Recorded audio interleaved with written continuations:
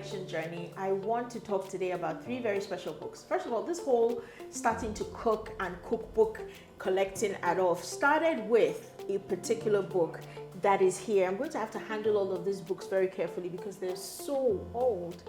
This is the 3000 Recipe Cookbook.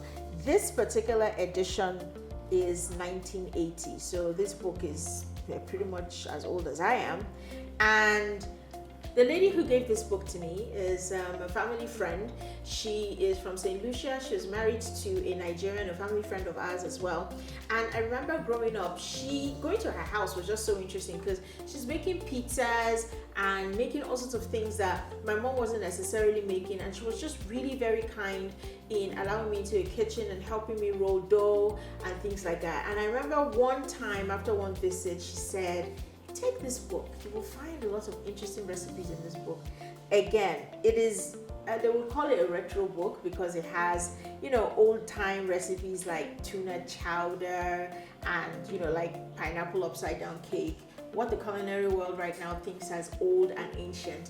I can't even open it too much because can you see how brown and aged it is? It's one of the most precious books in my cookbook collection, and it's the very first cookbook that I ever owned. And this is, like I said, 1980 edition of the book.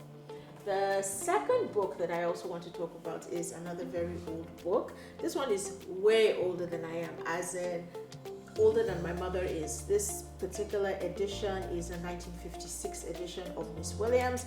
And Miss Williams was a woman who studied in the UK. She was born in Lagos, studied in the UK, went to teach things about kitchen equipment and home economics. That's what we used to call it back in the day. And it was published by Longmans. I don't know if anybody remembers Longmans from back in the day. This is Miss Williams herself. And what's very interesting about this book as well is there is a picture of Miss Williams in the book. Seeing one on the cover. What a pretty, beautiful, beautiful woman. And again, I won't touch this too much because the pages are actually falling apart. But there are things like how to fry, what kinds of oil to use to fry. She talks about fish, white bait, which of course is yoyo in Yoruba language, fish cakes, miondo, which is a Cameroonian dish, cassava ikoki from way back in the day. And there are no pictures in it. This is sort of the way the recipes are. Gives a little bit of a description and then it just has in lines.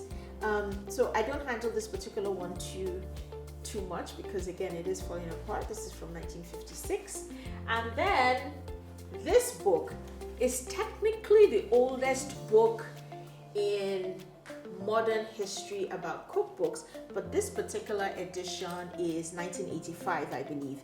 So Mrs. Beaton at the time, her life and times, but it's actually a cookbook. This young woman got married, became Mrs. Beaton. She's actually in her 20s when she died. And she started to write this seminal guide for how to be a good wife and homemaker in Victorian England.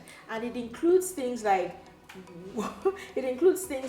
how you should starch your crinolines, like those things that used to be under the skirts that would make the skirts really big and hoopy, how to make aspics, how to bake a pie, pictures of, these were inserted in the modern editions anyway, but pictures of like the type of cookery and cookware that they had back in the day, how to do embroidery, because you had to be a good embroiderer if you wanted to be a good wife.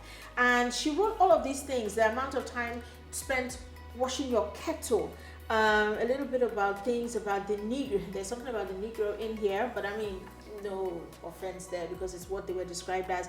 Napoleon brandy, how to make pound cake using 10 eggs, a woman's place in her family, surrounded by her family. This is a very, very, very old book, published in the 1800s, but this particular edition is 1982, and it's one of the older books in my collection.